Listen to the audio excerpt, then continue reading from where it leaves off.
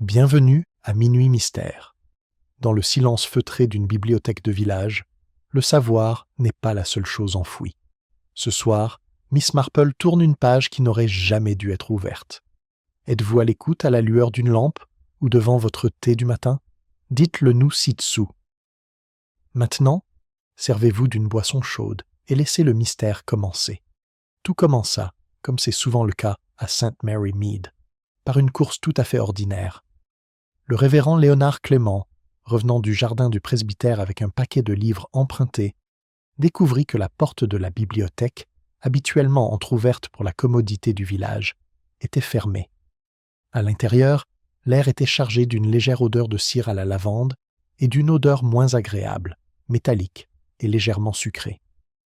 Derrière le bureau en chêne se trouvait mademoiselle Irène Foster, la bibliothécaire du village, ses lunettes tordues sur le tapis à côté d'elle. À première vue, elle semblait simplement évanouie, une main pâle toujours posée sur un ouvrage emprunté intitulé « La vie des saints ». Mais lorsque le révérend se pencha pour la réveiller, il recula brusquement. Elle avait une contusion le long de la tempe et, à côté du registre, un petit coupe-papier en laiton maculé de sang. À 4h30, tout le village était au courant. Madame Price Ridley, qui passait par là par hasard, s'empressa de raconter la scène à Madame Witherby, qui, à son tour, la raconta à la boucher, qui la transmit au boulanger. En moins d'une heure, les spéculations allaient en bon train. Au bout de la grande-rue, Miss Jane Marple était assise dans son jardin, taillant les têtes de ses rosiers fanés. Elle ne leva pas les yeux lorsque le jeune Lynbacker arriva, essoufflé. Avec la nouvelle, elle se contenta d'acquiescer, comme si cela confirmait ce qu'elle avait secrètement soupçonné de la nature humaine toute sa vie. « Cette pauvre âme » murmura-t-elle, « et dans une bibliothèque en plus, on aurait pu croire que les livres éloigneraient les gens des mauvaises intentions. L'agent arrive avant le thé, l'air mal à l'aise dans le silence solennel de la bibliothèque. Les étagères semblaient penchées vers l'intérieur, tandis qu'il griffonne des notes. Il n'y avait aucune trace d'effraction. La caisse contenait encore sa modeste collection d'amandes et de dons. Un seul détail le frappa, le registre des emprunts du jour s'arrêtait brusquement au milieu. Mademoiselle Foster en avait écrit le titre, Oiseau du Devonshire, et le nom de l'emprunteuse, puis une tache d'encre traînait sur la page comme si sa main avait été saisie. Lorsque l'inspecteur Craddock du commissariat du comté apparut au crépuscule, il écouta d'un air sombre le récit du révérend et examina le coupe-papier. Article de ménage. Nettoyer, dit-il. Un crime impulsif ou opportuniste. Mais Miss Foster n'avait pas d'ennemis, insista le révérend. Les lèvres de Craddock tressaillaient. Révérend, tout le monde a des ennemis. Ils sont souvent simplement déguisés en amis. Dehors, l'allumeur de réverbères avançait dans la rue. La petite foule rassemblée derrière le portail se dispersa en silhouettes murmurantes, chacune rapportant une version légèrement différente de la même histoire. Dans le petit salon du sanglier bleu, les théories se multipliaient comme des moucherons, un intrus de la route, un amant jaloux, peut-être même un de ces emprunteurs de livres du village voisin qui n'avait jamais rendu un livre. Seule Miss Marple, sirotant son thé du soir, se rendit compte que ses pensées ne se tournaient pas vers les armes ou les opportunités, mais vers une question bien plus curieuse.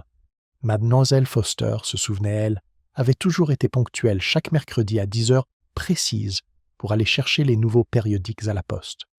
Pourtant, ce matin-là, Mademoiselle Hartnell avait mentionné la venue de la bibliothécaire en retard. Et puis il y a eu cette étrange affaire la semaine dernière à propos du registre paroissial égaré. Elle reposa sa tasse avec un léger tintement. « Quand les gens changent leurs petites habitudes, dit-elle à voix haute, sans que personne ne s'en aperçoive, c'est presque toujours parce qu'ils cachent quelque chose ou parce qu'ils ont découvert quelque chose qu'ils n'auraient pas dû. » Dans le calme du soir, l'horloge de l'église sonna 7h. Quelque part, un chat miaula, auquel répondit le tic-tac régulier de l'horloge de la cheminée de Miss Marple.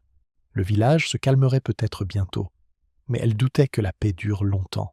Car une fois un secret découvert, d'autres suivent rapidement, chacun soigneusement rangé, attendant que la bonne Père Dieu lise entre les lignes. Et je vous le dis, ce n'est jamais inconnu, insista Madame Price Ridley en remuant son thé avec une vigueur qui fit teinter la cuillère. Pas à St. Mary Mead, les meurtres sont comme la moisissure, ils se développent, là où c'est humide et familier. Madame Witherby renifla. Pourtant, je ne vois pas ce que quiconque gagnerait à tuer la pauvre Mademoiselle Foster. C'était une petite bête ennuyeuse, toujours à traîner les pieds dans son cardigan gris. Pas le genre de personne dont on pourrait être jaloux. L'ennui, disait Miss Hartnell depuis sa chaise près de la fenêtre, peut cacher bien des péchés. Ma cousine de Tunbridge Wells disait un jour la même chose de sa femme de ménage. Il s'avéra que celle-ci accumulait des souverains sous son parquet depuis des années. La conversation se poursuivait comme un oiseau insouciant, oscillant entre pitié, indignation morale et curiosité. Chaque femme apportait sa petite contribution sur les habitudes modestes de la bibliothécaire, son goût pour le catalogage des vieux registres paroissiaux et la rumeur d'une lettre d'un parent éloigné. Pendant tout ce temps, Miss Marple écoutait avec son sourire doux habituel ses aiguilles à tricoter cliquetant au rythme. Elle semblait nerveuse ces derniers temps, dit pensivement Madame Witherby. Tu te souviens, Jane, comme elle jetait des coups d'œil vers la porte jeudi dernier, au cercle de lecture. J'ai cru qu'elle attendait quelqu'un. Miss Marple émit un petit murmure évasif. Oui, ma chère, on regarde souvent les portes plus que les horloges quand on pense à quelque chose ou à quelqu'un. À ce moment-là, le jeune agent Davies passe devant la fenêtre, casquette à la main. Les commérages se transformèrent en un silence poli. Miss Marple s'excusa, déposa son tricot dans son panier et suivit le chemin de l'agent dans la ruelle menant à la bibliothèque. À l'intérieur, l'inspecteur Craddock se tenait près du bureau, désormais débarrassé de tout, à l'exception du registre taché et d'un vase de fleurs sauvages à moitié rempli, apporté par quelqu'un, peut-être par gentillesse. Pourtant, la scène avait un air d'intrusion. Tout était trop rangé, trop soigneusement restauré. « Ah, Miss Marple, dit Craddock en se redressant, j'avais le pressentiment que vous alliez apparaître tôt ou tard. J'allais rendre un livre, dit-elle doucement, mais je suis sûr qu'on ne le recevra pas aujourd'hui. » Craddock fronça les sourcils. « Vous connaissiez bien Mademoiselle Foster ? » « Oh, on la voit partout, toujours courtoise, toujours méticuleuse dans ses étiquettes. C'est extraordinaire comme on peut lire du caractère dans la façon dont une personne classe les choses. » Il jeta un coup d'œil aux étagères. « Nous n'avons rien trouvé de déplacé, à part un volume manquant, Oiseau du Devonshire. Elle était en train d'écrire quand elle a été attaquée. » Le regard de Miss Marple s'arrêta brièvement sur le registre. Peut-être l'avait emprunté avant qu'elle ne le veuille. Il lui adressa un léger sourire. « Tu penses que le livre était important ? » « Je pense, répondit-elle, que l'acte final d'une personne est rarement dénué de sens, même lorsqu'il paraît le plus insignifiant. » Dehors, des voix résonnèrent dans la ruelle. Une jeune femme en manteau bleu discutait avec Davies, le visage pâle. « C'est mademoiselle Edith Vale, » murmura Craddock. « Bibliothécaire adjointe. Elle a trouvé la porte fermée à clé ce matin, dit-elle, et est partie hier à l'heure du déjeuner. Elle prétend que mademoiselle Foster l'a renvoyée plus tôt que prévu. » Le regard de Miss Marple s'attarda sur les mains tremblantes de la jeune fille. « La congédier ou la mettre à l'abri, ou pour l'empêcher de voir quelque chose ?» rétorqua Craddock. Plus tard dans l'après-midi, le vicaire convoqua une réunion informelle dans la salle paroissiale, soi-disant pour rassurer les villageois. Mais le réconfort était rare. M. Sims, l'épicier, jura avoir aperçu un homme flânant près de la haie de la bibliothèque mardi soir, un grand gaillard en manteau marron. Madame Archer, la receveuse des postes, se souvenait avoir remis à mademoiselle Foster une enveloppe recommandée portant une adresse londonienne.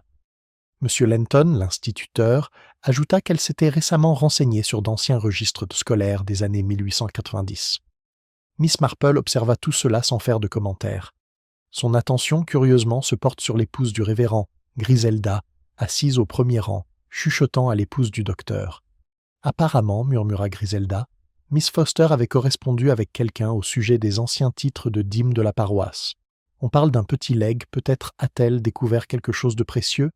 L'argent, dit fermement Madame Archer, a causé plus de problèmes dans ce monde que le péché lui-même. » Miss Marple, joignant les mains, pensa à une autre femme, des années auparavant, silencieuse, solitaire et soudain prospère. « Ce n'est jamais l'argent en lui-même, dit-elle doucement, mais le souvenir qui s'y rattache. » Le soir venu, les théories s'étaient à nouveau multipliées, un clochard, un héritage, un admirateur secret. Et pourtant, tandis que Miss Marple rentrait chez elle sous les premières étoiles, elle ne pouvait se défaire de l'image de la dernière tache d'encre du registre qui semblait s'écouler comme un fil. Dans son salon, elle alluma une petite lampe et sortit son carnet, un modeste cahier rempli d'observations tirées d'affaires passées. Sur une page, elle écrivit « Dans les petites communautés, la dissimulation est un art. Les étagères les plus ordonnées cachent les cœurs les plus désordonnés. En dessous, elle a ajouté « Qui a emprunté le livre manquant ?» Puis, après une pause, qui saurait ce que Miss Foster a lu ou classé sans demander son avis? Elle ferma le carnet juste au moment où l'horloge de l'église sonnait 10 heures. Le son était régulier, calme et étrangement réconfortant.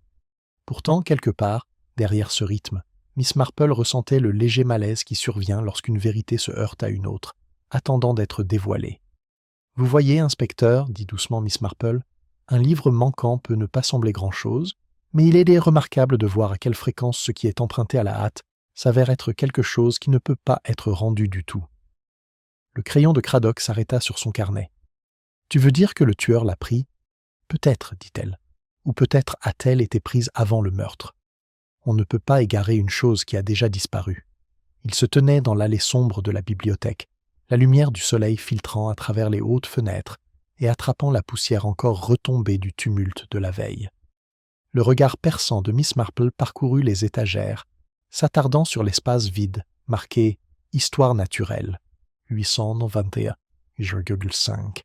Quelqu'un avait remplacé les livres autour, légèrement de travers, comme s'il était pressé. Craddock soupira.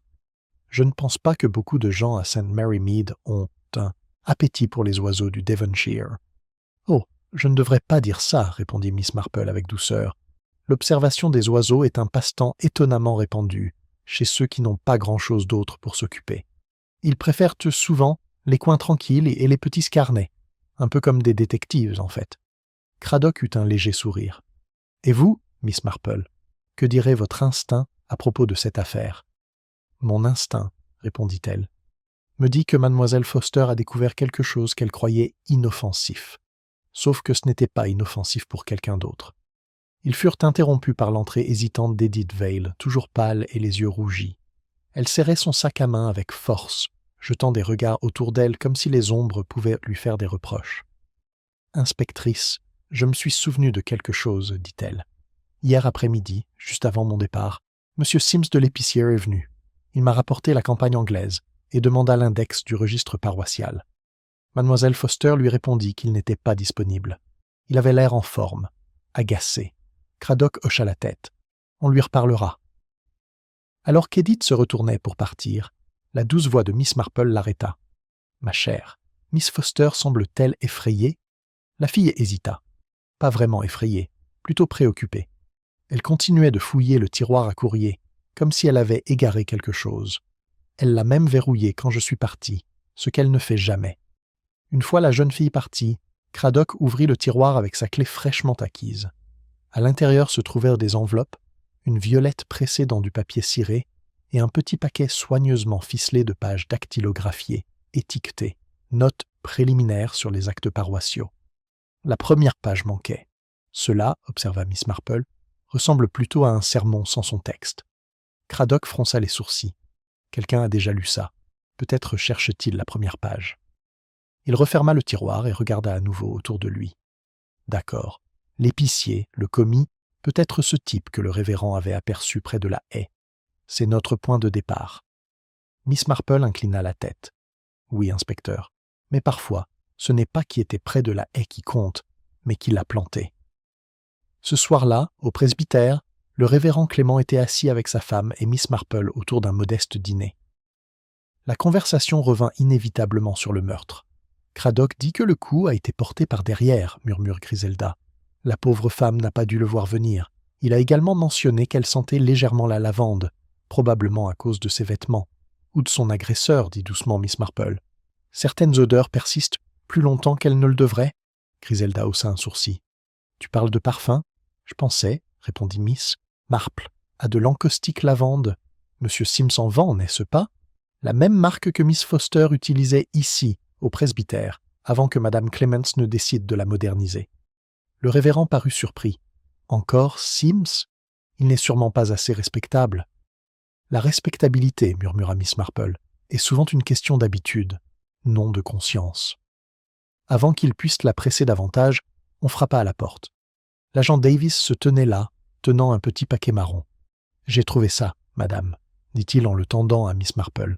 « Laissez sur les marches de l'église, sans étiquette, juste votre nom à l'intérieur. » Elle dénoua le cordon. À l'intérieur se trouvait une carte de bibliothèque tamponnée des initiales de Mademoiselle Foster et de la date de son décès. En dessous, d'une écriture soignée. Il vaut mieux laisser certaines choses non classées. Griselda halta. « C'est étrange.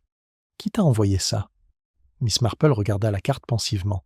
« Quelqu'un avec un sens de l'ordre étrange, je suppose. » Le révérend fronça les sourcils. « C'est une menace, Jane. »« Peut-être, dit-elle en remettant la carte dans le papier. Ou peut-être une confession déguisée en confession. » Plus tard, lorsque la maison fut silencieuse, elle s'assit près du feu, tournant la carte entre ses doigts. La phrase la rongeait comme un fil tendu. Non classé. Pas non résolu ou oublié, non classé. C'était le mot d'un bibliothécaire, un mot d'ordre et de désordre, de choses bien placées ou délibérément mal placées. Elle se souvenait du registre de Mademoiselle Foster, de cette tache d'encre qui traînait, du paquet de notes dactylographiées dont la première page manquait, et des regards inquiets d'Edith. Quelqu'un avait tenté de remettre les choses en ordre, en supprimant ce qui n'était pas à sa place. Seulement, ce faisant, ils avaient laissé derrière eux le plus révélateur de tous le vide. De l'extérieur venait le faible bruit de voix, à la voix basse d'un homme, la réponse précipitée d'une femme. Miss Marple écarta légèrement le rideau. Au bout de la ruelle, près du portail de la bibliothèque, deux silhouettes s'attardèrent dans la lueur d'un lampadaire Edith Vale et M. Sims. Les épaules de la jeune fille étaient tendues, ses mains se tordant devant elle comme pour la supplier. Sims se pencha vers elle, gesticulant brusquement. Miss Marple laissa tomber le rideau. Le feu crépitait doucement. Elle resta assise un instant, parfaitement immobile, puis reprit son carnet et écrivit. Quand on cache la vérité, il faut aussi en peaufiner les contours. Mais les personnes soigneuses oublient que les autres remarquent plus ce qui manque que ce qui reste. L'horloge de l'église commença à sonner lentement à minuit. Miss Marple jeta un coup d'œil au paquet encore ouvert sur sa table, l'air serein mais attentif. Quelque part entre le cirage lavande et les étagères de la bibliothèque, une main avait glissé et elle cherchait à savoir de qui il s'agissait. « Il ne faut pas avoir de mauvaises pensées à son égard, Miss Marple, » disait Edith le lendemain matin, les yeux rougis par une nuit blanche. « Monsieur Sims est brusque, c'est tout. Il s'inquiète que ses factures ne soient plus réglées aussi rapidement qu'avant. » Miss Marple sourit faiblement par-dessus sa tasse de thé. « L'inquiétude d'un commerçant est une vieille histoire, ma chère. Mais se tenir sous la lampe de la bibliothèque après minuit n'est peut-être pas le meilleur endroit pour faire ses comptes. » Edith rougit. « Tu nous as vus ? On a tendance à remarquer du mouvement lorsque le reste du monde est immobile. » Monsieur Sims semblait très concentré. Il me demandait simplement si j'avais entendu parler de Mademoiselle Foster, balbutiant Edith. Il disait que sa mort éveillerait les soupçons et qu'il ne voulait pas être mêlé aux ragots. « En effet, dit Miss Marple, les ragots sont comme le vent. Une fois qu'ils soufflent dans un petit espace, aucun rideau ne peut les en empêcher. » Elle posa sa tasse et se pencha légèrement en avant. « Dites-moi, ma chère, est-ce que Mademoiselle Foster devait de l'argent à Monsieur Sims ? » « Pas à ma connaissance, dit rapidement Edith. Puis elle hésite. Bien qu'elle ait mentionné une fois qu'il lui avait prêté un document, je pense aux anciens baux paroissiaux. Je croyais qu'elle parlait de l'exposition historique. Miss Marple hocha doucement la tête, ses aiguilles à tricoter claquant à nouveau. Oui, les expositions ont une curieuse façon de mettre en lumière de vieux papiers et d'anciennes querelles de lumière. Dans l'après-midi, l'inspecteur Craddock était parvenu à la même conclusion, quoique par des moyens moins délicats. Il était assis au comptoir de l'épicier, en face de M. Sims, qui coupait du bacon avec une force inutile. « J'ai dit tout ce que je sais à votre agent, » dit Sims brièvement. « J'ai rendu ce satané livre sur la campagne et je suis parti avant 17 heures. » « Demandez à n'importe qui. On vous a vu près de la bibliothèque plus tard dans la soirée, » répondit Craddock. « Et l'assistante de Mademoiselle Foster se souvient que vous vous renseignez sur les registres paroissiaux. » Le couteau de Sims s'arrêta au milieu de la tranche. C'est parce que j'avais géré les comptes de Dîmes il y a des années, quand je travaillais pour l'ancien domaine avant sa vente. J'essayais simplement de l'aider à y voir plus clair. Ces comptes étaient-ils utiles ? Pas pour les personnes sensées. Des baux obsolètes, de vieilles dettes, des promesses oubliées depuis longtemps. Mais certaines dettes, dit Craddock à voix basse, ne s'oublient pas si facilement. Le visage de Sims s'assombrit. « Tu as parlé à ce fouineur du presbytère, n'est-ce pas ? » « Si vous parlez de Miss Marple, dit Craddock sèchement, alors oui, elle s'y intéresse. La plupart des gens du village diraient que c'est une bénédiction. » Sims émit un grognement sec et retourna à son comptoir. Si cette vieille dame a le temps de s'immiscer, elle ferait mieux de faire attention à ce qu'elle trouve. Certains d'entre nous se souviennent de choses qu'il vaut mieux laisser tranquilles. Quand Craddock émergea dans la rue, Miss Marple l'attend sur la pelouse, apparemment en train de donner des miettes de pain aux moineaux. C'est un homme irritable, observatoire, et la peur aggrave l'irritabilité. Auriez-vous remarqué son odeur de lavande? Craddock fronça les sourcils. Sa boutique empeste. Il vend du cirage par douzaines. Oui, dit Miss Marple en plissant légèrement les yeux, mais lui-même ne s'en sert pas. Son comptoir n'a pas vu de chiffon à cirer depuis des années. L'inspecteur haussa un sourcil. Vous pensez qu'il cache quelque chose? Seulement, quelqu'un dans sa maisonnée peut être plus exigeant que lui. Les arrangements domestiques, comme les règles morales, laissent souvent une trace. Ce soir-là, la confusion retombe.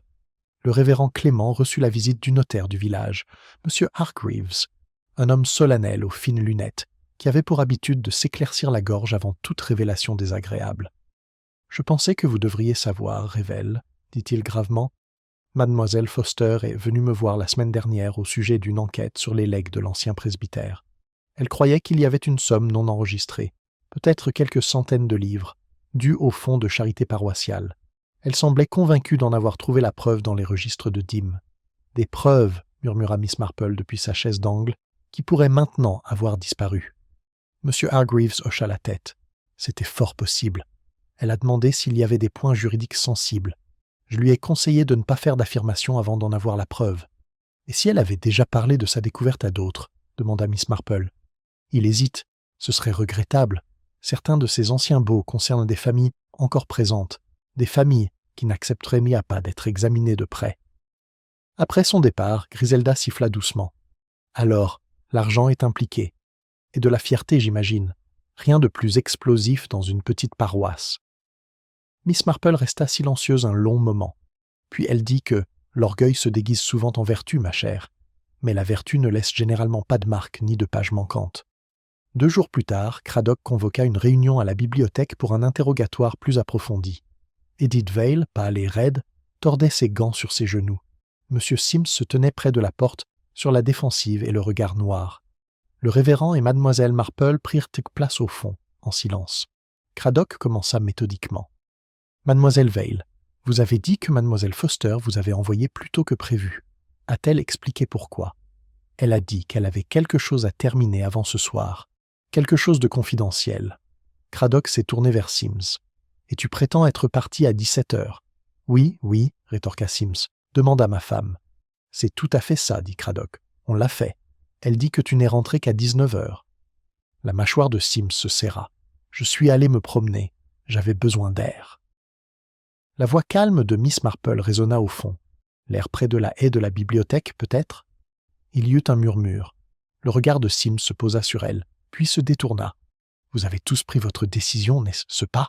Ce n'est pas parce que je lui ai parlé de vieille bête et qu'elle méritait peut-être une petite frayeur. Mais je ne l'ai jamais touchée. » Craddock fit taire les murmures d'un geste ferme. « Personne ne vous a encore accusé. Mais si vous êtes innocente, aidez-nous. Dites-nous qui d'autre aurait pu vouloir la faire taire. » Sims hésita. « C'est vous qui me demandez ça. La moitié du village a de vieux os dans ses livres de dîmes. Allez consulter les archives du recteur si vous en doutez. » Miss Marple remarqua le tremblement de sa main, la sueur brillante sur sa tempe et la façon dont les yeux d'Edith Vale se tournèrent vers lui avec crainte. Protection, presque pitié. Elle se leva doucement, lissant ses gants. « Inspecteur, si je peux me permettre une suggestion, dentelle, il est peut-être temps de poser la question. OMS. J'ai classé les papiers de Mademoiselle Foster la semaine dernière, et pas seulement qui les a empruntés. Un dossier peut être manipulé par de nombreuses personnes avant d'être clos. » Craddock hocha la tête, intrigué. « Tu as quelqu'un en tête? »« Pas encore, » répondit-elle, « mais je crois que nous sommes sur le point de découvrir qui en sait trop sur l'ordre, et pas assez sur la culpabilité. » Tandis que les villageois se dispersaient, Miss Marple resta près de la fenêtre, observant le soleil se refléter sur le coupe-papier en laiton, désormais scellé dans son sac à preuves. La lame brillait inoffensivement, comme un objet destiné à la papeterie, et non à la mort. Pourtant, même des outils inoffensifs, songea-t-elle, deviennent dangereux entre des mains propres.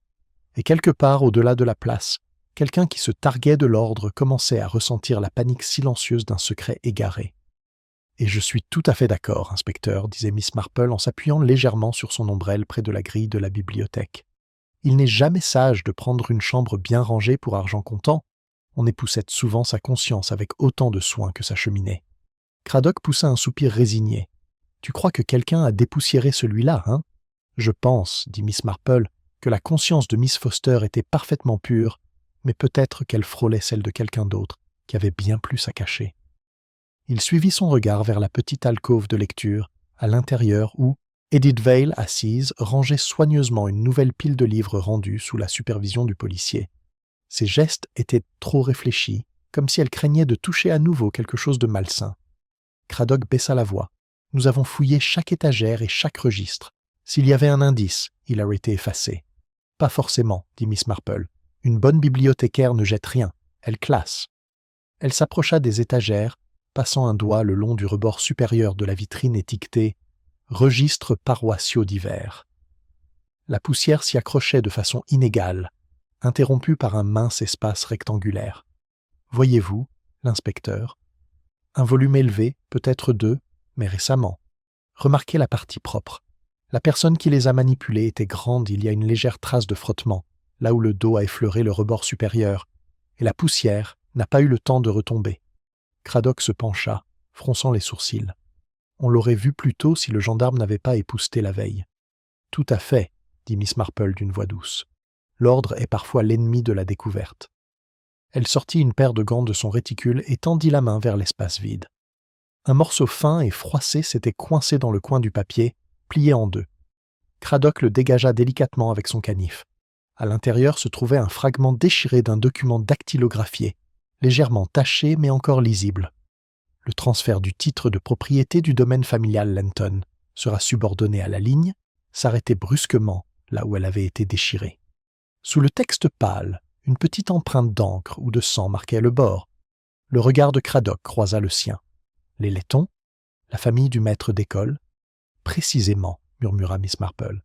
Un nom qui a su s'imposer dans cette paroisse depuis des générations. Le confort peut rendre insouciant. Cet après-midi-là, elle se rendit à l'école avec un pot de marmelade, une mission innocente s'il en était. M. Lenton, grand, voûté et pédant, l'accueillit à la porte avec une politesse inquiète. « Mademoiselle Marple, quel plaisir. Entrez. Je viens de finir de corriger des dissertations sur des choses pénibles concernant les réformes de Cromwell. Comme c'est fatigant, dit-elle avec sympathie en entrant dans le petit salon bien rangé. Je t'ai apporté du thé. Ta femme n'est pas là? Elle est partie chez sa sœur à Bath, dit-il trop vite. Pauvre cœur. Elle était très bouleversée par le meurtre. Elle et Mademoiselle Foster faisaient partie du comité de la bibliothèque. Le regard de Miss Marple se porta sur le bureau près de la fenêtre. Un petit buvard y reposait à côté d'une bouteille d'encre ouverte. « C'est toujours pénible de perdre un ami si proche, » dit-elle doucement. « Mais j'imagine que c'est encore plus pénible de craindre que cet ami ait connu quelque chose de fâcheux. » Monsieur Lenton se figea. « Je vous demande pardon ?»« Oh, rien de particulier, » dit Miss Marple en examinant une photo encadrée d'un Lenton beaucoup plus jeune, aux côtés de sa femme. Sauf que Miss Foster était plutôt assidue dans ses recherches d'historique. Elle semblait du genre à trouver trésorier des problèmes là où d'autres ne voyaient que du papier. Lenton s'éclaircit la gorge.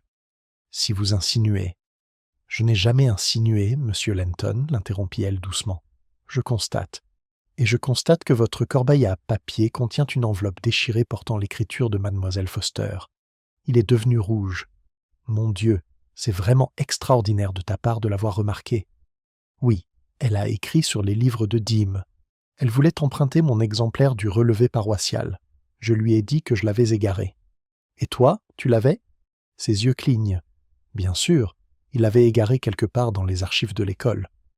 Ah, dit Miss Marple en posant son sac à main.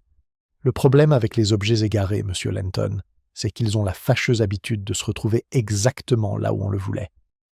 Le silence entre eux s'éternisa. Dehors, le vent soufflait dans les ormes avec un murmure sec, comme lorsqu'on tourne des pages. Après un long silence, il dit d'un ton sec. « Vous êtes très perspicace, Miss Marple, mais vous perdez votre temps. Je n'ai rien à cacher.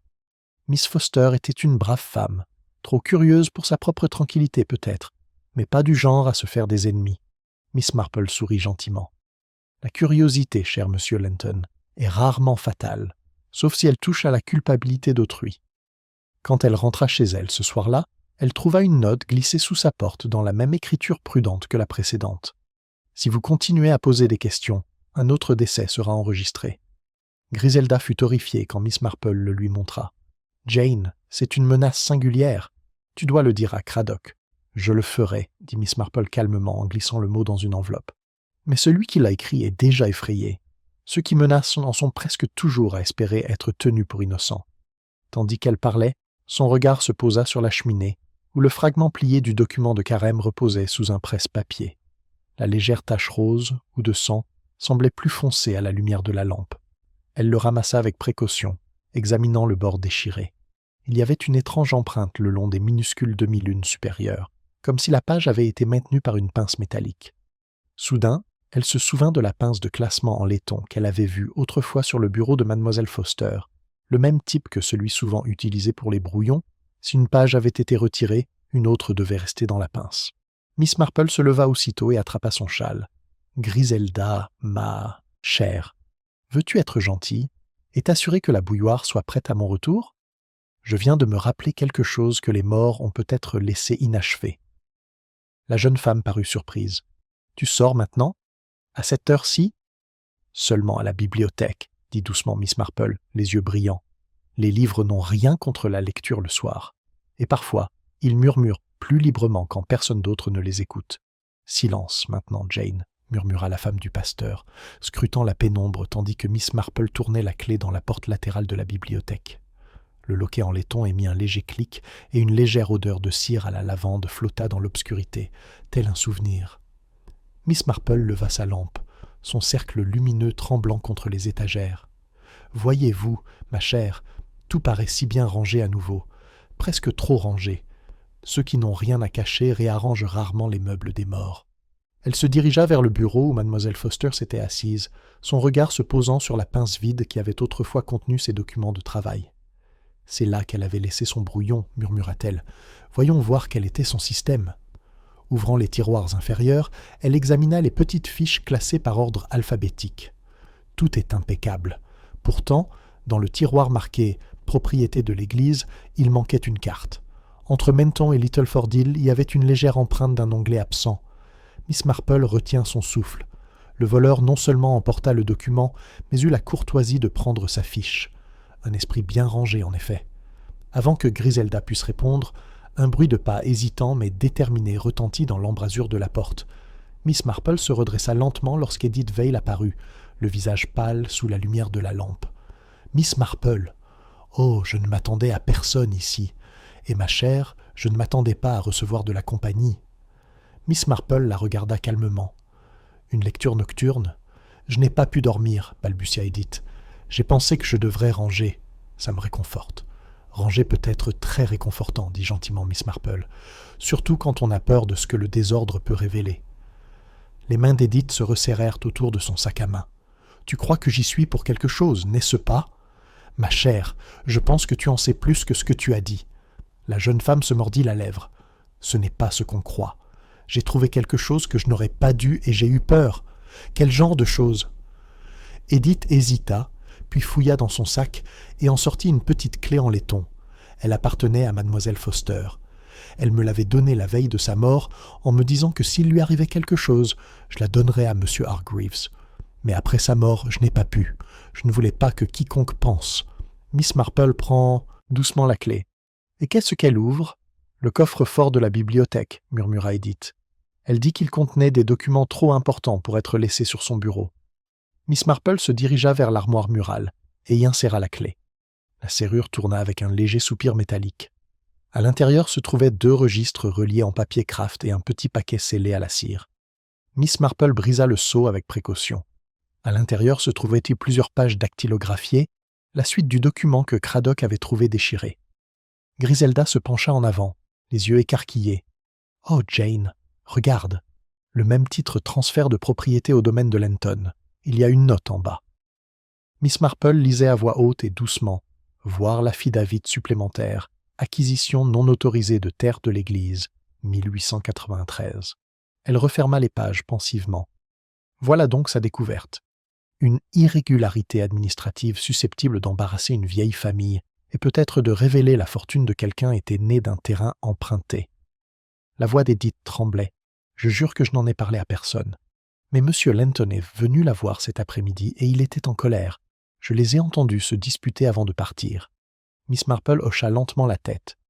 Oui, ma chère, cela explique bien des choses. Mais cela ne correspond pas tout à fait à la marque de l'arme ou du coupe-papier trouvé si commodément sur les lieux. La colère fait des dégâts. C'est quelqu'un qui a fait le ménage après coup. La porte s'ouvrit brusquement. Les trois femmes se retournèrent brusquement lorsque l'inspecteur Craddock entra, sa lampe torche balayant la pièce. « Miss Marple, j'avais le pressentiment que je vous trouverais ici. Comment s'appelle le paradis ?»« Juste un peu de ménage, inspecteur, dit-elle doucement. C'est celui de mademoiselle Foster, pas le mien. Nous venons de retrouver ses papiers disparus. » Craddock haussa les sourcils en examinant le paquet. « Seigneur, si c'est authentique, cela pourrait impliquer la moitié du comité paroissial. Pas étonnant qu'elle ait été tuée. »« Pas la moitié, je pense, » répondit Miss Marple. « Juste une personne qui comprenait mieux le coût de la découverte que le prix de l'honnêteté. » Il jeta un coup d'œil à Edith. « Et vous, mademoiselle Vale?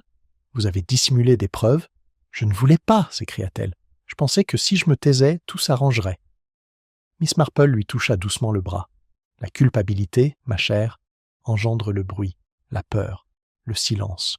Tu as eu peur, mais pas la vérité. » Craddock expira en se frottant le front. « Nous apporterons ces documents à Hargreaves dès l'aube. S'ils confirment leur authenticité, j'aurai des raisons d'interroger Lenton officiellement. » Miss Marple hésita.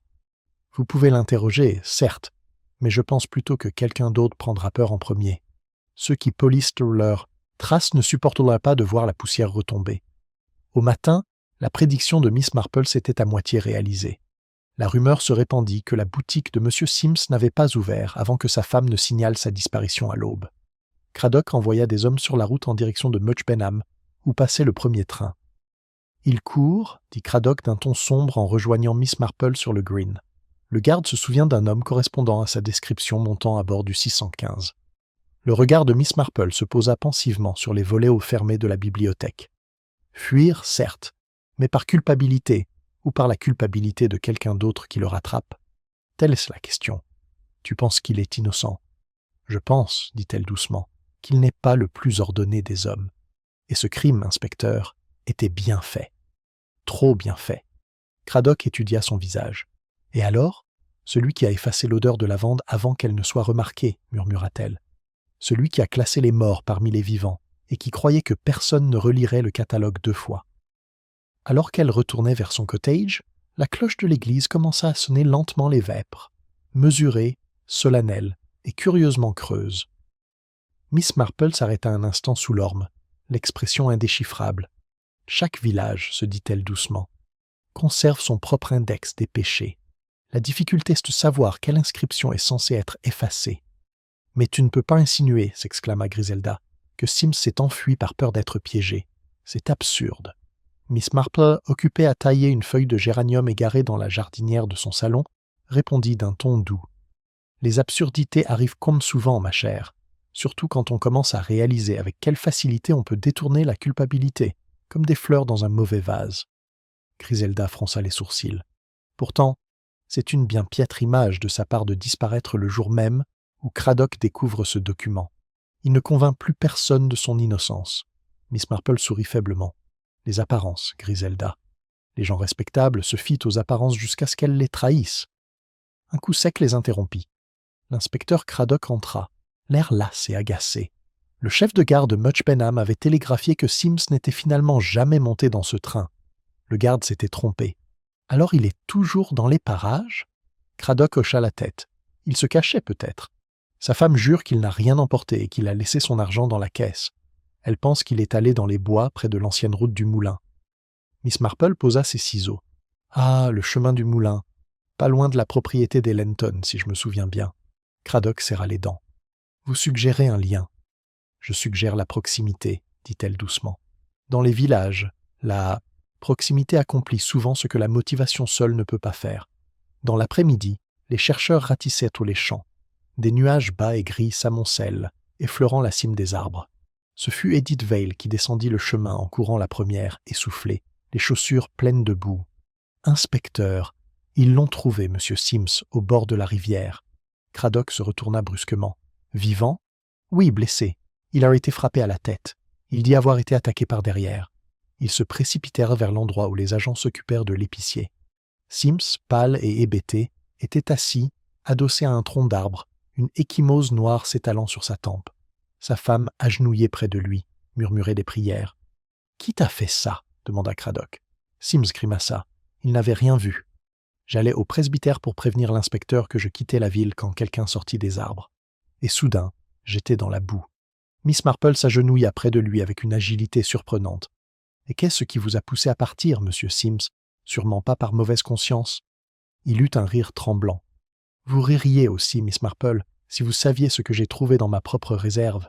Ce maudit livre oiseau du Devonshire. Quelqu'un l'a glissé là. J'ai cru devenir fou. Je ne l'ai même pas emprunté. » Craddock releva brusquement la tête. « Le livre manquant ?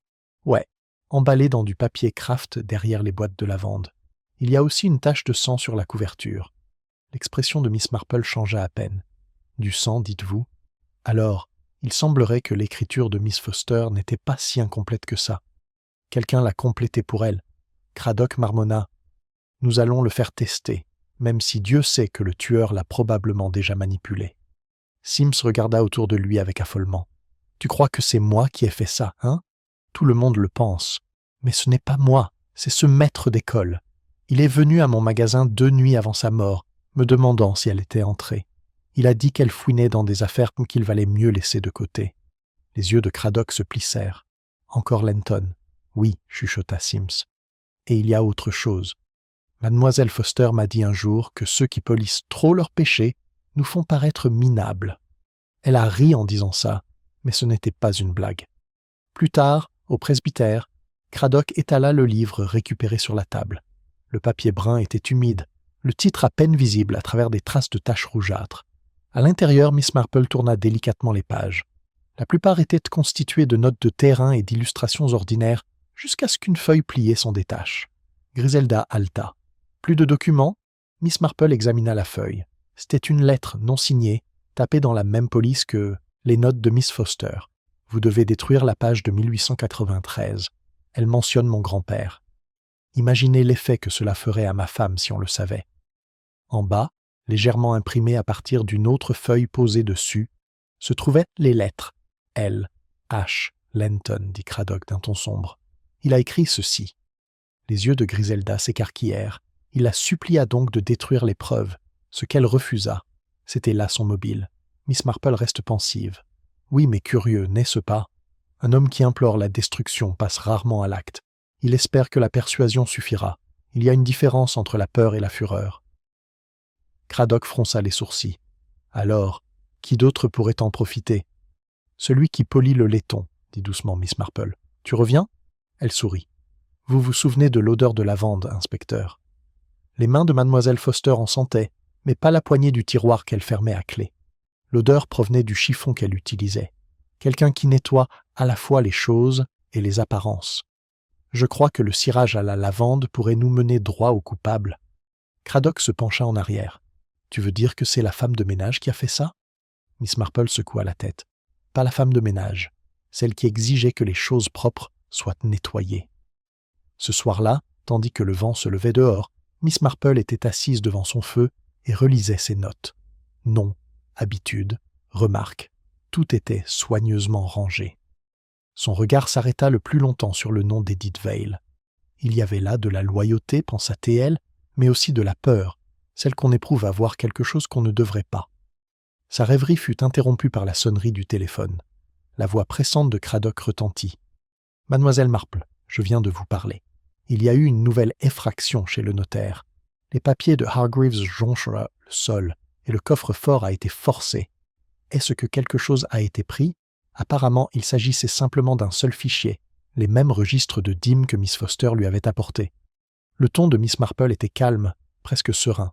« Alors, inspecteur, je dois venir immédiatement, car celui qui détient ce dossier ne s'enfuit pas. Il essaie d'effacer le passé pour de bon cette fois. » Elle raccrocha et jeta un coup d'œil vers la cheminée où son petit carnet était ouvert.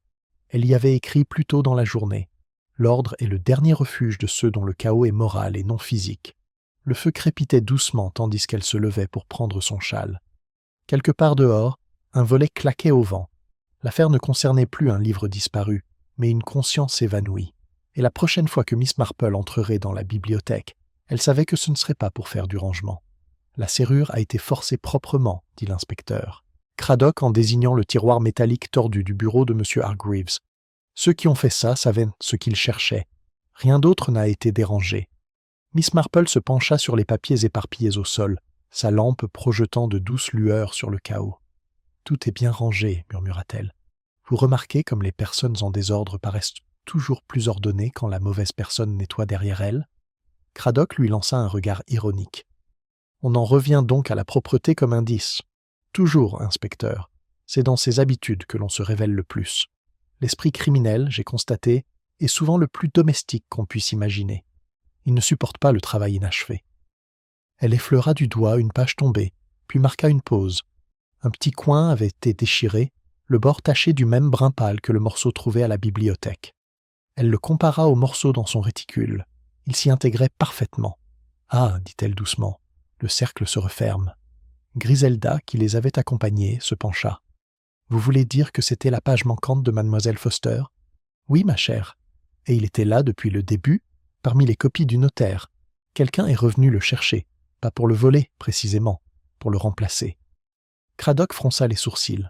« Remplacer ? Bien sûr, répondit Miss Marple. Un voleur s'empare d'une conscience tranquille tant qu'elle croit que personne ne la regarde. Mais celui qui est entré par effraction ce soir n'avait pas prévu la tempête. Il suivit son regard jusqu'à la fenêtre, où la pluie marquait le verre. Dehors, dans la boue sous le rebord, une seule trace de pas menait vers la ruelle. L'un des agents souleva une lampe. « Des petits pieds, madame, des semelles étroites. » Craddock marmonna. « Pas Sims, alors. »« Non, dit doucement Miss Marple. Ni Monsieur Lenton qui porte des talons carrés, quelqu'un de plus jeune et de plus léger. » Les yeux de Griselda s'écarquillèrent. « Edith Vale ?» Miss Marple ne dit rien, se contentant de rassembler les papiers déchirés et de les plier soigneusement. « Peut-être, ma chère, mais avant de juger, il est bon de se rappeler que la peur peut donner à une personne innocente l'air désespérément efficace. » Le lendemain matin, Edith se présenta au presbytère, trempée par la pluie et tremblante. « J'ai entendu dire qu'il y avait eu un cambriolage, » dit-elle en refusant le thé et en serrant les mains. « Je voulais vous prévenir avant tout le monde. J'y suis allé hier soir. » Craddock se pencha brusquement en avant. « Pourquoi ? » ?»« Parce que je pensais que M. Hargreaves avait peut-être la lettre dont Mlle Foster parlait. Celle qui, selon elle, ruinerait une famille. Je pensais que si je parvenais à la détruire, tout pourrait se calmer à nouveau. Détruire des preuves ? La voix de Craddock était sévère. « C'est sérieux, mademoiselle Vale. Je n'essayais pas de cacher un meurtre, » s'écria-t-elle. « C'est juste que mademoiselle Foster a été gentille avec moi. Elle disait que les secrets pourrissent, et j'ai cru qu'elle parlait du mien. » Miss Marple, qui tricotait tranquillement dans un coin, leva les yeux. « Votre secret, ma chère ?» Edith hésitait. « J'ai été fiancée autrefois, avec le neveu de M. Lenton, Henry. Sa famille a rompu quand ils ont appris que mon père était en faillite. Je pensais que mademoiselle Foster m'aidait en trouvant la preuve qu'ils avaient escroqué l'église, mais je n'ai jamais voulu me venger. Quand elle était morte, j'ai pensé que c'était ma faute. » La pièce resta silencieuse un long moment. La pluie tambourinait faiblement contre les vitres. Miss Marple dit doucement. « Pauvre enfant, tu as porté un fardeau qui n'était pas le tien. Ce genre de culpabilité rend facile à effrayer et à manipuler. » Craddock s'est frotté le menton. « Tu es donc allé au bureau, mais tu n'as rien pris ? » ?»« Non, j'ai trouvé le tiroir déjà ouvert. Des papiers éparpillés, je les ai refermés et j'ai couru. » »« Alors qui l'a fait ?» La voix de Miss Marple était calme, mais assurée. Celle qui tire double profit de la destruction d'abord en se libérant de la culpabilité, puis en rétablissant l'ordre. Craddock se tourna vers elle. « C'est à dire celui dont la respectabilité souffrirait le plus si les conclusions de Mlle Foster étaient révélées. Celui qui pourrait atteindre le cabinet du notaire et la bibliothèque sans se faire remarquer. » Lenton, dit immédiatement Craddock. Miss Marple inclina la tête. C'était possible. Mais peut-être devrions-nous d'abord nous poser une autre question. À qui faisait suffisamment confiance pour ranger le bureau de Miss Foster après sa mort ?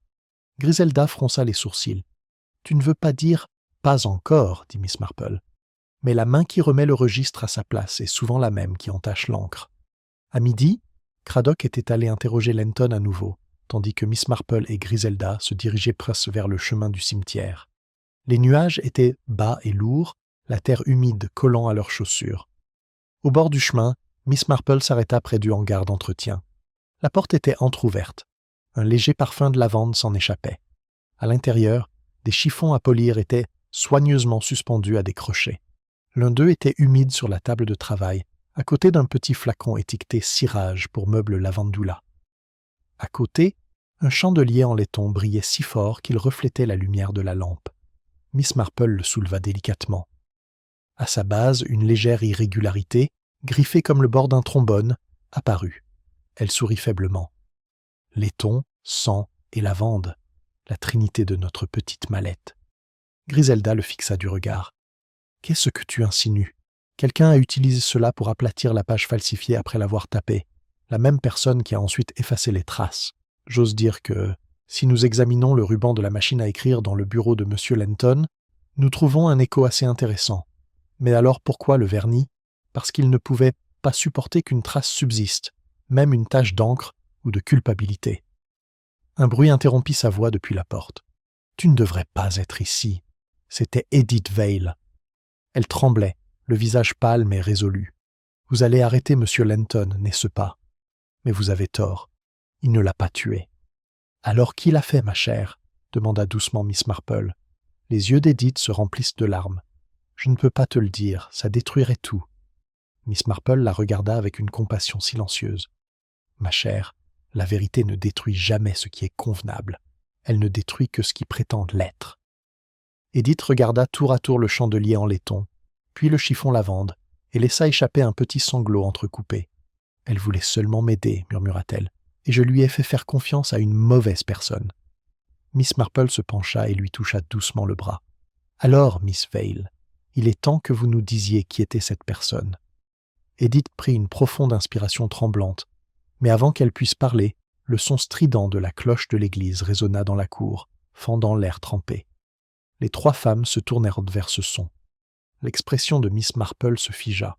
« Ceci, dit-elle doucement, sera le révérend, et je crois qu'il a quelque chose à confesser. »« La confession, mon cher révérend, » disait doucement Miss Marple, tandis qu'il se tenait, sous l'avant-toit ruisselant du porche de l'église, n'est pas toujours synonyme de culpabilité, même si elle s'exprime souvent avec la même expression. Le révérend Clément paraissait pâle et instable, sa soutane humide de pluie. Il les avait convoqués à l'intérieur après le coup de cloche, insistant sur le fait qu'il fallait régler quelque chose avant l'enquête. Griselda lui serra le bras. « Léonard, tu es affreux. Qu'est-ce que tu racontes ?» Il parvient à esquisser un sourire forcé, simplement parce que j'ai caché une vérité qui me paraît maintenant lâche. La veille de la mort de Mademoiselle Foster, elle est venue au presbytère. Elle m'a dit avoir trouvé des preuves qu'une ancienne dîme avait été falsifiée. Elle voulait des conseils sur la conduite à tenir. Je lui ai conseillé la prudence. Peut-être trop. Le regard de Miss Marple se posa sur lui avec bienveillance. « Vous craignez le scandale, bien sûr. » Il hocha la tête d'un air malheureux. « L'Église ne pouvait se permettre une autre ombre, Miss Marple. J'ai pensé qu'elle pourrait d'abord parler à la famille concernée, leur donner une chance de régler le problème. » Elle accepta, et ce fut la dernière fois que je la vis vivante. Craddock, debout près de la balustrade de l'autel, a noté quelque chose dans son carnet. Et vous ne l'avez pas mentionné avant, parce que le regard du révérend se posa, car je soupçonnais qui elle était allée voir ce soir-là. « Monsieur Lenton » demanda Craddock, « et la taille de l'objectif. » Les aiguilles à tricoter de Miss Marple claquaient doucement dans son sac à main. « Je vois. Vous pensiez donc que vos conseils l'avaient peut-être mis en danger. » Il eut un rire creux. « Je comprends maintenant que le silence peut être plus mortel que n'importe quelle arme. » Miss Marple le regarda fixement. « Peut-être, révérend. Mais le silence est aussi parfois imposé par la peur, non pas la peur d'une punition, mais la peur de découvrir sa propre faiblesse. » Griselda murmura Jane. « Tu veux dire ? Seulement, la mort de Mademoiselle Foster a commencé par une conversation, et non par un conflit, répondit Mademoiselle Marple. Des mots égarés, des vérités balayées, et j'ose dire que celui qui l'a tuée n'en avait jamais eu l'intention. Pas au départ. » Craddock la regarda d'un air perçant. « Tu as quelqu'un en tête. »« C'est vrai, dit-elle doucement. Mais la conviction exige plus que l'instinct, inspecteur. Elle exige de se montrer, et les gens ordonnés n'aiment pas être vus dans leur plus grand désordre. Ce soir-là, Miss Marple demande une petite réunion à la bibliothèque. Les villageois vinrent à contre-cœur, attirés par la curiosité. La pluie avait cessé, laissant l'air frais et vivifiant, imprégné d'une odeur de terre humide. À l'intérieur, les lampes étaient faibles, et les étagères vides se dressaient comme des témoins muets. Craddock, le visage sombre, se tenait près de la porte. Edith Vale était assise près du bureau, les mains jointes. M. Lenton, pâle mais serein, s'appuyait contre une bibliothèque. Le révérend et Griselda attendaient tranquillement près de l'âtre. Miss Marple prit place près du bureau de la bibliothécaire, d'un ton conversationnel. « Il faut pardonner à une vieille dame son goût pour l'ordre. Je déteste les détails inachevés. Ce soir, j'aimerais ranger quelques dossiers. » Elle se tourna d'abord vers Lenton. « Monsieur Lenton, vous vous êtes disputé avec mademoiselle Foster au sujet des registres de dîmes, n'est-ce pas ?» Il déglutit. « Oui, j'étais en colère. Le nom de ma famille était dans ces papiers. Mais je ne l'ai pas tué. »« Non, » dit Miss Marple d'un ton doux. « Vous tenez trop aux apparences. Vous auriez raisonné, assez pompeusement, je suppose, qu'un scandale salirait les nerfs de votre femme et que vous préféreriez mourir plutôt que de voir une telle tâche ternir votre réputation. Mais un meurtre, vous penseriez, était plutôt commun. » Lenton rougit. « C'est scandaleux. »« Peut-être, » dit Miss Marple, « mais c'est vrai. Et cela nous amène à M. Sims, dont la fuite était imprudente mais honnête. Il a paniqué parce que quelqu'un avait caché des preuves dans sa réserve. Quelqu'un qui savait que l'inspecteur les trouverait rapidement. Quelqu'un qui avait besoin d'une distraction. » Craddock hocha lentement la tête. « Le parfum de lavande. »« C'est exact, » dit Miss Marple. L'assassin de Miss Foster avait utilisé un chiffon à la lavande pour essuyer l'arme, mais ce n'était pas le sien. L'odeur provenait de la même marque que celle conservée ici pour nettoyer les robinetteries en laiton. Le nettoyeur de l'église l'utilisait chaque semaine. Mais le jour du meurtre, elle était chez sa sœur à Littleford. Pourtant, quelqu'un d'autre avait sa clé. Il y eut un frémissement collectif. Edith Vale releva brusquement la tête. Le regard de Miss Marple était bienveillant, sans accusation. « Vous, ma chère, Miss Foster vous avait confié toutes les clés. Vous étiez avec elle tous les après-midi, épousant l'endroit même où elle était morte. Et lorsqu'elle a découvert ce que révélaient les journaux, la fortune familiale de votre fiancé était fondée sur une fraude foncière ecclésiastique, vous avez dû craindre qu'elle ne détruise à jamais le nom d'Henry. » Les lèvres d'Edith s'entr'ouvrirent, mais aucun son ne sort. « Elle vous a dit qu'elle avait l'intention de le révéler au diocèse, » poursuivit Miss Marple à voix basse. « Vous avez essayé de la raisonner. Vous l'avez peut-être même supplié d'attendre. Mais devant son refus, vous avez pris le coupe-papier pour l'empêcher de partir. C'était un accident, je crois. Mais après, vous n'avez pas supporté le désordre. Vous avez essuyé, classé, rangé. Vous avez donné à la mort l'apparence d'un document catalogué. Les mains d'Edith tremblaient violemment. Je n'ai pas commencé, mais sa voix était tremblante. Le ton de Miss Marple reste doux. Mon cher enfant, le remords ne peut effacer la vérité. Et la lavande, hélas, s'attarde plus longtemps sur ceux qui souhaitent le plus oublier. Pendant un long moment, la bibliothèque resta silencieuse, à l'exception du tic-tac de l'horloge. Puis Edith enfouit son visage dans ses mains. « Je ne voulais pas la blesser, » sanglotait-elle. Elle dit que le nom d'Henry aurait honte que tout ce qu'il espérait disparaisse. Je voulais seulement l'empêcher de parler. Je n'aurais jamais cru. Le révérend s'avança et posa une main compatissante sur son épaule. Dieu voit aussi bien les intentions que les actes, mon enfant. Mais justice doit être rendue. Craddock fit signe à ses hommes à la porte. À leur approche, Miss Marple se détourna, le visage calme mais infiniment lasse. « Truc de bonnes intentions, inspecteur, » murmura-t-elle. « On tue si souvent ce qu'on veut seulement protéger. » Craddock hocha la tête d'un air grave. « Et les plus ordonnés, mademoiselle Marple, font les criminels les plus disciplinés. » Elle esquissa un léger sourire. « Jusqu'à ce que leurs habitudes se brisent, inspecteur. Et c'est toujours le cas. » Tandis qu'Edith était emmenée, la lumière de la lampe vacillait sur le bureau où mademoiselle Foster était morte.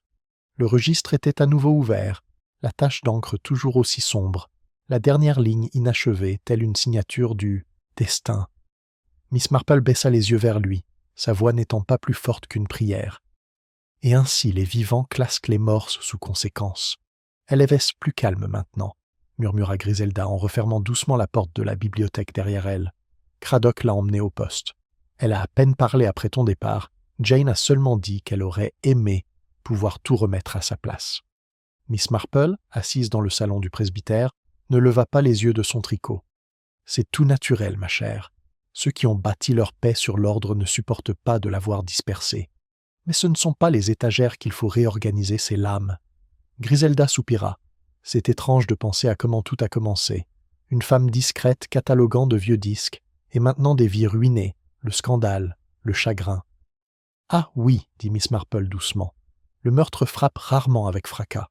Le plus souvent, il se fait sur la pointe des pieds, par habitude, sous le manteau de la décence. » Le feu crépitait tandis que la tempête s'étendait à l'extérieur, laissant derrière elle ce silence profond particulier au village après les troubles. Le révérend Clément entra, tenant une lettre de M. Hargreaves. Il affirmait que le diocèse avait accepté les conclusions de Mlle Foster. La succession de Lenton procéderait à une restitution. Au moins, la vérité serait rétablie. Miss Marple regarda les flammes. Ses aiguilles s'immobilisent au milieu d'un claquement. Restitution, oui. Mais la vérité rétablit rarement la paix. Elle ne fait que la réorganiser. Griselda s'affala sur une chaise. « C'est tragique, Jane. » Edith n'avait aucune intention de faire du mal. « Rares sont ceux qui le font, » murmura Miss Marple. Elle adorait ça. Elle le craignait. Et l'amour, mêlé à la peur, produit un polissage des plus dangereux, laissant la surface brillante et le cœur rongé. Le révérend fronça les sourcils. « Tu crois qu'elle sera jugée ? Je m'en doute, mais Cradock leur dira que c'était impulsif moment de panique. La loi sera clémente. » Griselda fixait le feu. Et la pauvre Miss Foster restera dans les mémoires comme une victime, mais aussi comme celle qui a découvert la vérité. « Oui, dit Miss Marple doucement, et je pense que cela lui ferait très plaisir. » Plus tard dans la soirée, l'inspecteur en personne arriva, son manteau trempé par la dernière bruine. « Nous venons de terminer sa déposition, dit Cradock. Tout concorde. Elle avait frappé Mlle Foster pendant leur dispute paniquée et avait fait le ménage pour faire croire à un cambriolage qui avait mal tourné. Par la suite, elle avait tenté de détourner les soupçons vers Sims en cachant le livre. Le révérend hocha gravement la tête. Et sa raison ? Elle pensait que le rapport de Mlle Foster déshonorerait la famille de son fiancé, a déclaré Cradock. Les Lenton avaient déjà convenu d'un arrangement à l'amiable, mais Mlle Foster a refusé. C'est ce qui a précipité la situation. Il soupira en jetant un coup d'œil vers Miss Marple. « Tu l'as vue bien avant nous tous. » Elle sourit faiblement. « Invisible, soupçonna l'inspecteur. Le mal se déguise souvent en vertu accomplissant son devoir. Edith pensait sauver l'amour et la réputation. Mais l'ordre, hélas, ne remplace pas la conscience. » Cradock se frotta la nuque. « J'ai traité de nombreux dossiers, mais celui-ci est différent, presque domestique. » Les yeux de Miss Marple pétillèrent. « Le meurtre est généralement une infraction, mon cher inspecteur. Il vit bien plus souvent chez soi qu'il ne fréquente les ruelles sombres. » Il rit doucement, puis reprend ses esprits. « Savez-vous ce qui m'a convaincu ? Ce tissu à la lavande. Ce n'était pas seulement le parfum, c'était une habitude. Tu avais raison, la meurtrière n'était pas maladroite, elle était trop prudente. »« Exactement, dit Miss Marple. Un crime malpropre, nettoyé par un esprit bien rangé, laisse une trace d'imperfection. C'est ce qui a attiré mon attention dès le départ. » Cradock sourit tristement. « Vous avez une façon extraordinaire de présenter les choses, Miss Marple. »« Observation, inspecteur, répondit-elle. Pas extraordinairement attentif. Les gens montrent leur vérité non pas dans ce qu'ils révèlent, mais dans ce qu'ils rangent. » Une fois l'inspecteur parti, le vicaire apporta une autre tasse de thé à Miss Marple. « Tu as l'air fatiguée, Jane. J'aimerais que tu te reposes. » Elle sourit doucement. « Le repos est réservé aux innocents, mon cher Léonard.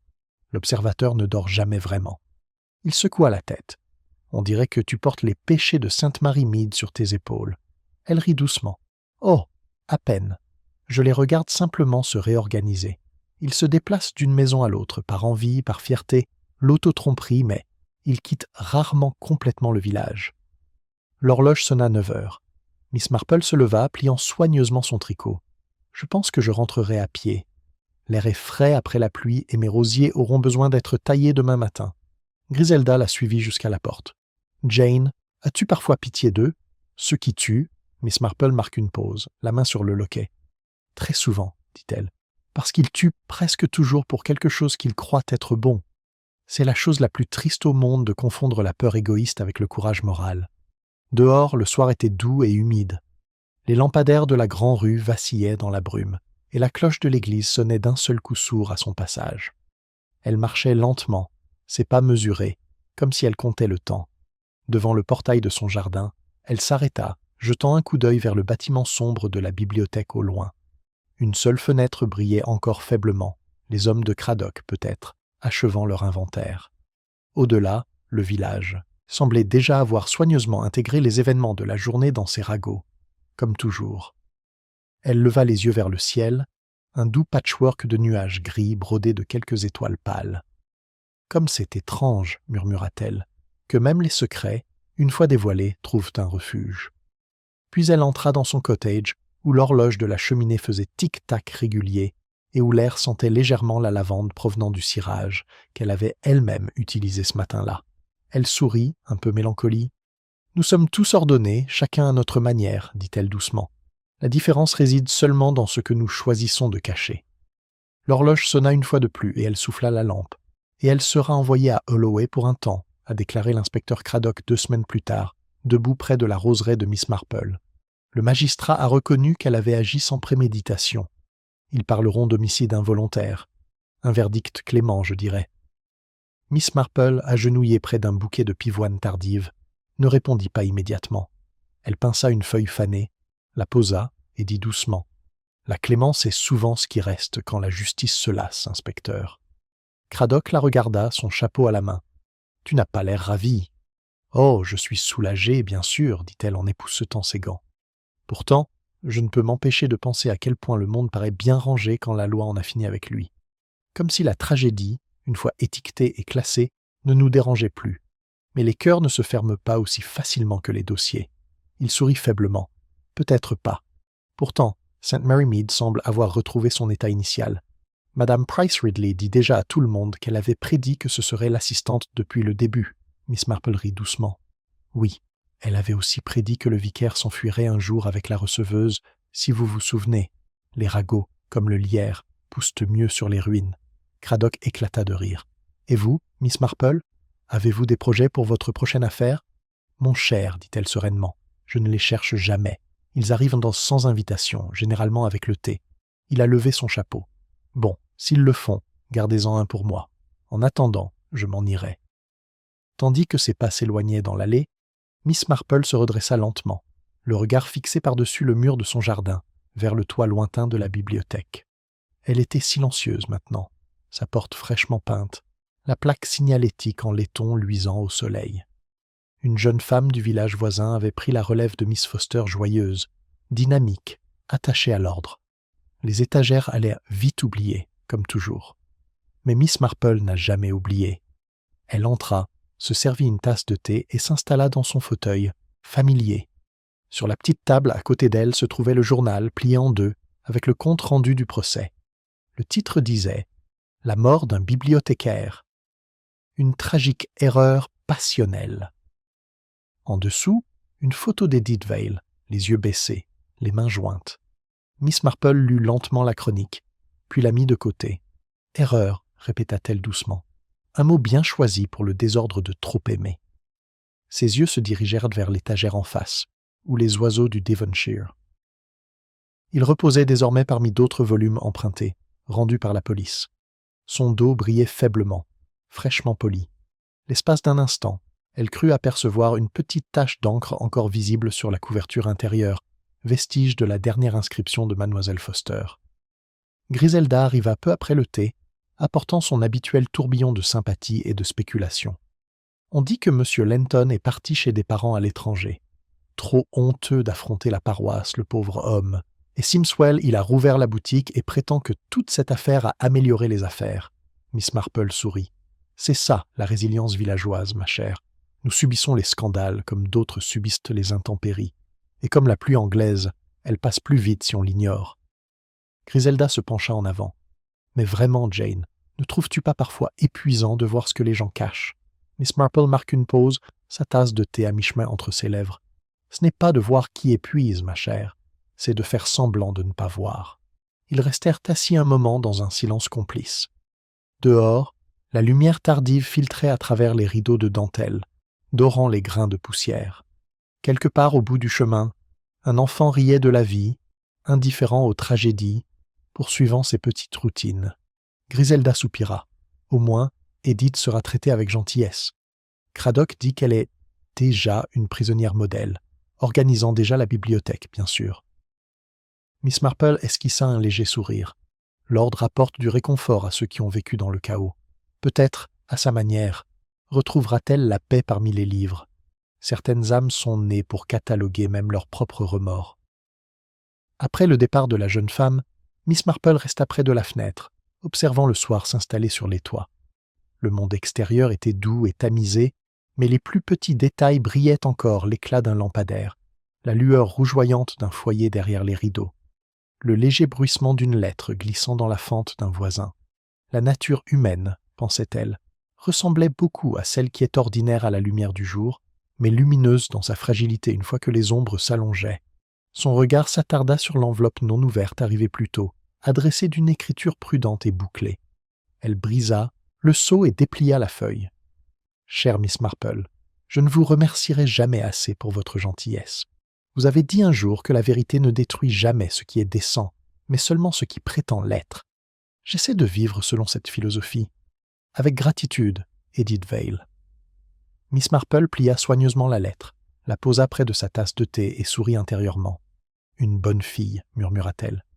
Mal avisée, mais bonne. Aucun de nous ne restera éternellement dans le bon tiroir. » Dehors, l'horloge de l'église se remet à sonner 9 coups, réguliers et familiers. Chaque coup semblait plus doux que le précédent, comme un battement de cœur s'éteignant. Miss Marple prend son vieux tricot, un réconfort rythmé et ordonné. Les aiguilles claquaient, régulières comme la pensée. Dans un coin, le petit presse-papier en laiton qui contenait autrefois la page de dîmes déchirée brillait à la lumière de la lampe. Elle l'avait poli elle-même ce matin-là. Un léger parfum de lavande persistait dans les surtoits accusateurs maintenant, mais doux, presque indulgent. Son esprit se tourna brièvement vers Miss Foster, la femme discrète qui aimait l'exactitude, qui croyait que la vérité résidait dans la façon de ranger les choses correctement. Finalement, elle avait raison. Miss Marple estimait que la vérité devait être mise à sa place, même si cela devait perturber la paix d'un village. Elle se renversa en arrière, fermant les yeux un instant. Le monde était redevenu serein, serein intérieurement. Mais Miss Marple avait compris depuis longtemps que sous la surface paisible de la vie villageoise coulaient les plus fascinants fleuves de tromperie, d'espoir et de petite rédemption. Elle sourit faiblement. « Tant de propreté, murmura-t-elle, et pourtant jamais assez de compréhension. » L'horloge de la cheminée résonnait, tel un métronome de la mémoire. Dans son reflet, le feu mourant projetait de douces ondulations sur le laiton poli. Quelque part dehors, un engoulevent lança un cri, puis se tut. Et Miss Marple, sa tasse refroidissant à côté d'elle et son tricot posé sur ses genoux, restait assise, très calme, satisfaite de savoir que l'ordre, bien que fragile, avait été rétabli une fois de plus à St. Mary Mead.